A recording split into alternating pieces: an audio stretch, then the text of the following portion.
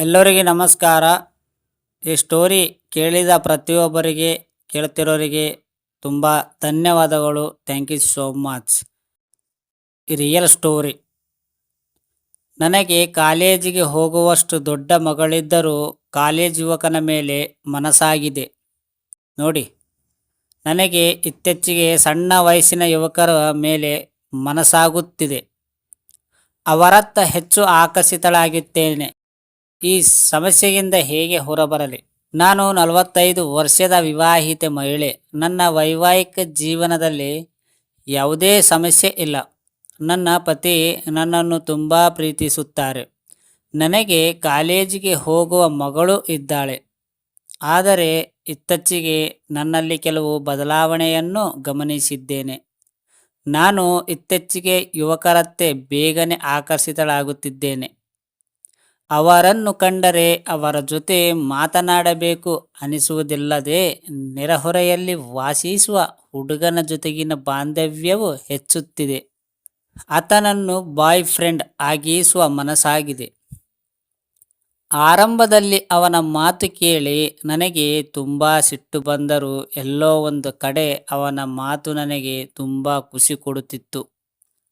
ಅದಕ್ಕೆ ಕಾರಣ ಆತನ ಮೆಸೇಜ್ ಓದಿದಾಗ ನನಗೆ ನಗು ಬರತೊಡಗಿತು. ಅವನನ್ನು ನನ್ನ ಬಾಯ್ ಫ್ರೆಂಡ್ ಆಗಿ ಮಾಡುವ ಆಲೋಚನೆಯ ಬಗ್ಗೆ ನಾನು ಉತ್ಸುಕನಾಗಿದ್ದೇನೆ. ಆದರೆ ನನ್ನ ವೈವಾಹಿಕ ಜೀವನ ಮತ್ತು ಸಾಮಾಜಿಕ ಸಮಸ್ಯೆಗಳ ಬಗ್ಗೆ ಯೋಚಿಸಿದಾಗ ಅವರೊಂದಿಗೆ ಮಾತನಾಡುವ ಆಲೋಚನೆಯು ಕಣ್ಮರೆಯಾಗುತ್ತದೆ. ಇದರಿಂದ ಹೇಗೆ ಹೊರಬರಲಿ? ಪತಿಯೊಂದಿಗೆ ನನ್ನ ಲೈಂಗಿಕ ಜೀವನವು ಮೊದಲಿನಂತೆ ಇಲ್ಲದಿರುವ ಕಾರಣ ಬಹುಶಃ ನನಗೆ ಬೇರೆ ಹುಡುಗನ ಮೇಲೆ ಮನಸ್ಸಾಗಿದೆ ಎಂದೆನಿಸಿತು.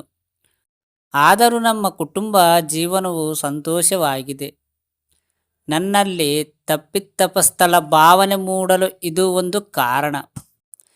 ಈ ಸಮಯವನ್ನು ನಾನು ಹೇಗೆ ಹೋಗಲಾಡಿಸಬಹುದು ಎಂದು ಕೇಳಿ.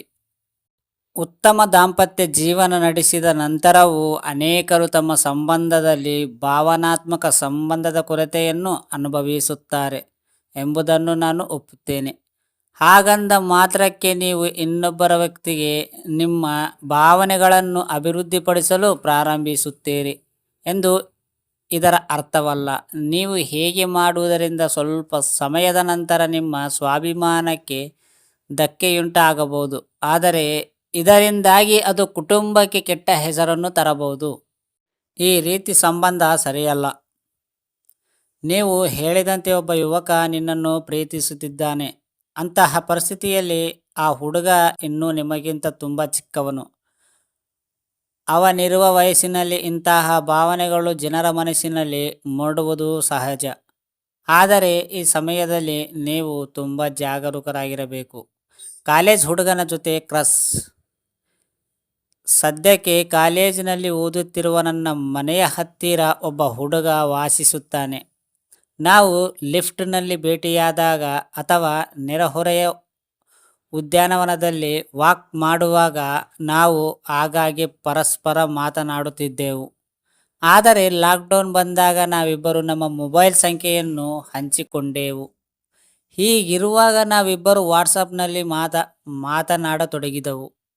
ಹೀಗಿರುವಾಗ ಒಂದು ದಿನ ಆತ ಮಾತನಾಡುವಾಗ ನನ್ನ ಮುಂದೆ ತಮ್ಮ ಭಾವನೆಗಳನ್ನು ಹೇಳಿಕೊಂಡಾಗ ನಾನು ಆಘಾತಗೊಳ್ಳಲಾಗದೆ ಅಂತಹ ಆಲೋಚನೆಗಳನ್ನು ಹೊಂದಬಾರದೆಂದು ನಾನು ಆತನಿಗೆ ಹೇಳಿದರೂ ಆತ ಕೇಳಲಿಲ್ಲ. ನಿಮ್ಮ ಮಗಳು ನಿಮ್ಮ ಬಗ್ಗೆ ಹೇಗೆ ಯೋಚಿಸಬಲ್ಲಳು?